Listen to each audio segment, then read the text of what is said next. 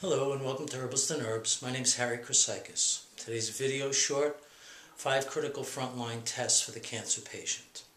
And those tests are as follows. Fibrinogen, C-reactive protein, homocysteine, D-dimer, and lactate dehydrogenase. Now these are all basic tests. They're not expensive and they're not hard to do.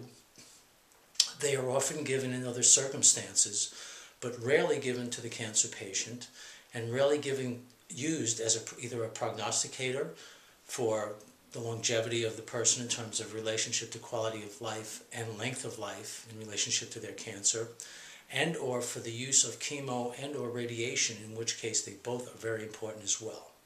So a number of them are used in for vascular problems as markers and to see how the vascular system is doing. But they are rarely applied to the cancer patient. So let's just go into them. C-reactive protein.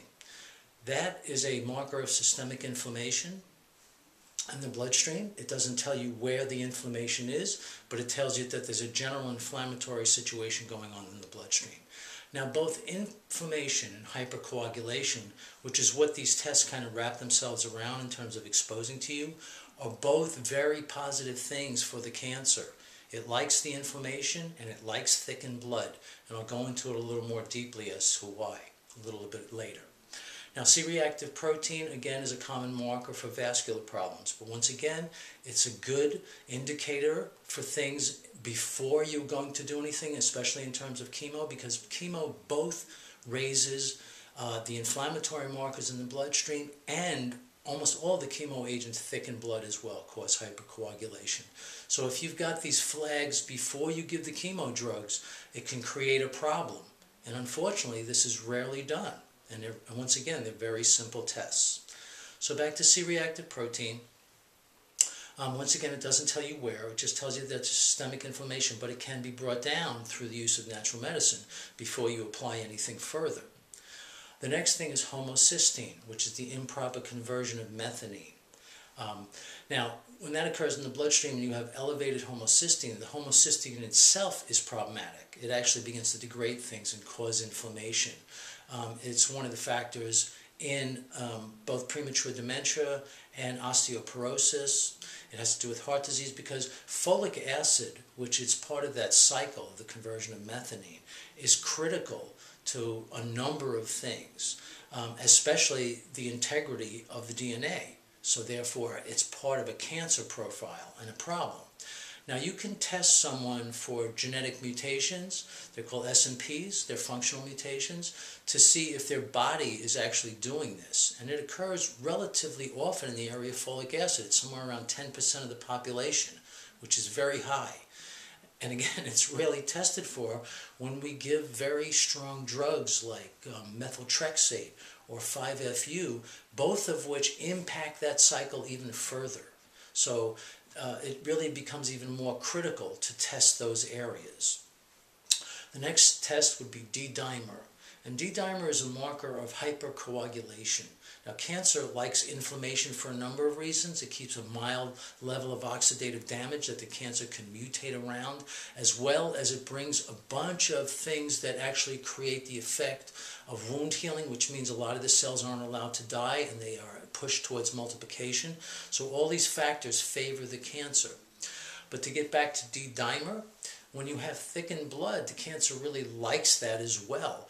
Also, as I mentioned, many of these chemo agents thicken blood. So if someone's got an already situation that's been laid down where they've got a problem going on, and you give them a drug that encourages that, there's a very good chance that they'll throw a clot, and there's a good possibility they'll die from that clot.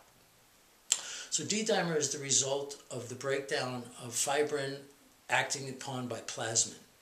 And again, that's a marker that's often used in, say, diabetes, because that's a common result of diabetes.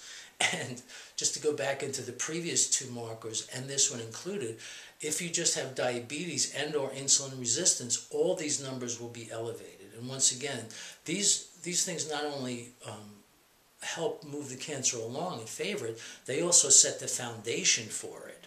So they are a big deal from multiple ends that are undesirable. But if the person has established cancer already and you're not running these tests and you're giving them chemo agents, you're really putting them in jeopardy. And it's because of a very simple test not being done. Okay, the next test would be fibrinogen. And fibrin, which is the result of fibrinogen. Fibrinogen is manufactured in the liver and converted into fibrin.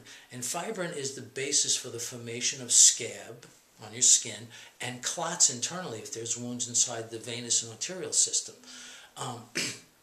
However, if it's elevated, once again, it means you've got very thickened, kind of clotty blood.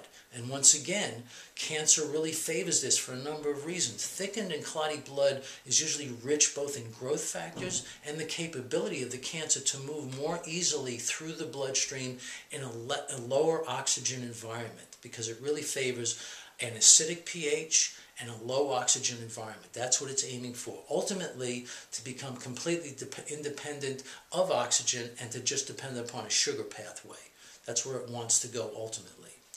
However, it's our job to prevent any of that from happening, and also to try and help the client not get hurt from the drugs and to make sure that they're getting the right drug. Okay, so D-dimer and fibrinogen and C-reactive protein and homocysteine.